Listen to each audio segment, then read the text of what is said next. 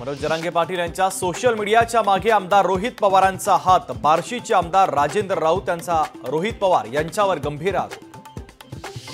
नांदेडमधून वसंत चव्हाणांचा मुलगा रवींद्र चव्हाण यांना उमेदवारी देण्याचा ठराव पारित। लोकसभा पोटनिवडणुकीसाठी जिल्हा काँग्रेसचा एकमताने ठराव।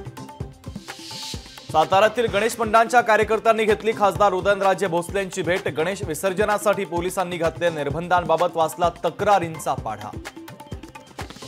नितीश कुमार यांच्या सुरक्षेमध्ये चूक पाटण्यातल्या सरकारी कार्यक्रमाच्या वेळी कमान कोसळल्याने सुरक्षा व्यवस्था कोलमडली। उपमुख्यमंत्री अजित पवार आज पुण्याच्या दौऱ्यावर। अजित पवार हडपसर आणि मुंढवा भागात विकास कामांची करणार पाहणी। जालना जिल्ह्यात आज आणि उद्या पावसाचा येलो अलर्ट। वादळी वारा आणि विजेच्या कडकडाटासह पावसाची शक्यता। पालकमंत्री तानाजी सावंत आज धाराशिव जिल्ह्याच्या दौऱ्यावर। परंडा मतदारसंघातील जवळपास 12 गावांना भेट देत पाहणी दौरा करणार। हरियाणामध्ये आम आदमी पक्षाने काँग्रेसचं बिनसलं। हरियाणामध्ये आम आदमी पक्षाचा एकला चलो रेचा नारा।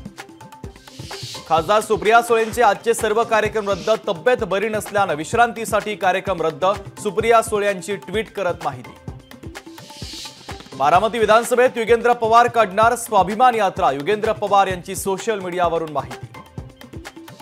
जायकवाडी धरणाच्या 12 दरवाजातून 6288 क्युसेक वेगाने पाण्याचा विसर्ग। धरण परिसरात पाणी पाहण्यासाठी नागरिकांची गर्दी।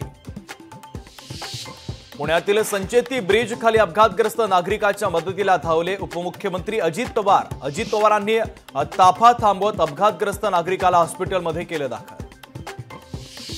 मणिपूरमध्ये विद्यार्थ्यांनी केलेल्या आंदोलनाला हिंसक वळण। शेकडो विद्यार्थ्यांनी राजभवनाच्या मुख्य दरवाजावर केली दगडफेक। दगडफेकीच्या घटनेत 20 जण जखमी।